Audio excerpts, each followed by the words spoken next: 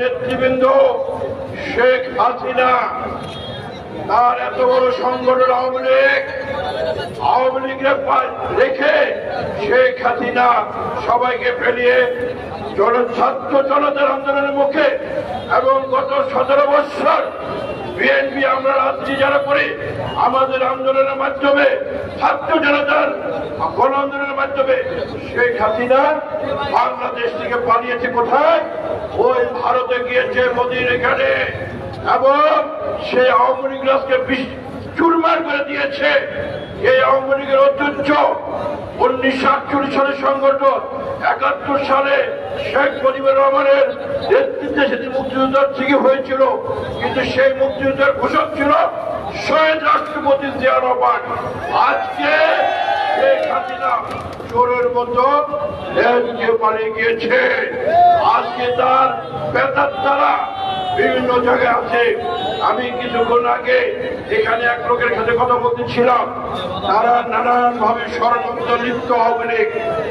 আজকে দেখে কিছুক্ষণ আগে শুনলাম বিদ্যুৎ তাকে তারা বন্ধ করে দিবে, সেই পায়তারা তারা করছে।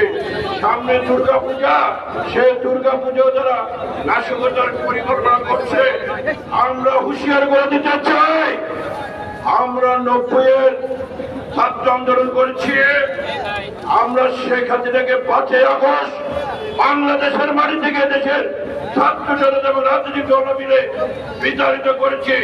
যদি এইসব ষড়যন্ত্র হয় প্রয়োজন বোধে আমরা আবার রাস্তায় নামব।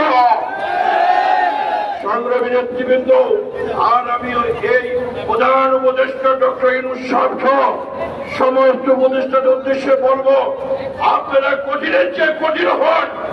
কারণ আওয়ামী লীগ কোনো এত সহজে করেই করবে না। তার নেত্রী শেখ হাসিনা ভারতে আছেন, ওইখান থেকে সে বক্তব্য দিচ্ছেন, তাদের পাহাড় সমান টাকা আছেন।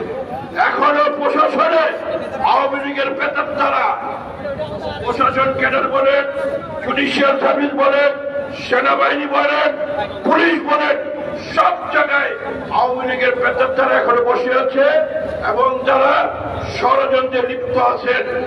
অবিলম্বে ডক্টর ইউনূস সাহেবকে বলবো, উপদেষ্টা বলবো, এইসব বেতনদাতাদেরকে আপনারা সরিয়ে দিয়ে যারা গত 17 বছর রাস্তায় রাস্তায় ঘুরেছে, বৈষম্যের শিকার হয়েছে, ডাক্তারি দিদিয়া থেকে সবাই তাদেরকে পদায়ন করে দেখেন বাংলাদেশের প্রশাসন কোথায় গিয়ে পড়ে জনগণের পক্ষে থাকবে ইনশাআল্লাহ।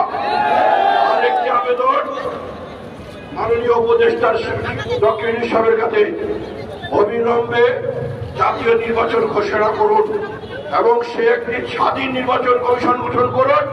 সেই স্বাধীন নির্বাচন কমিশনের দেশের যারা কাজ করতে ইচ্ছুক, যারা মেধাবী, যারা জাতিকে তারা কিছু দিতে চায়, সেই স্বাধীন কমিশন দিয়ে একটি নির্বাচন গঠন করুন। একটি মানুষের ভোট অধিকার প্রয়োগ করার সুযোগ করে দেন, যেটা নাকি গত 17 বছরে আমরা আন্দোলন সংগ্রাম করেছি মানুষের ভোটের অধিকারের জন্য। এই যে সালাম ভাই এখানে আছেন, গুরু ভাই আছেন, আমরা অসংখ্য মিটিং করেছি এখানে। একটি নির্বাচনে যে সালাম ভাই কাগজি বুদ্ধি করছে, আমাদের দাবি একটা নয়, একটা সুন্দর নির্বাচন চাই, মানুষের ভোটের অধিকার চাই। আমরাও আজকে ডক্টর ইউনূস সাহেব এবং অন্তর্বর্তী সরকারের যারা আছেন তাদেরকে আহ্বান, আপনারা একটি সুন্দর নির্বাচন গঠন করুন।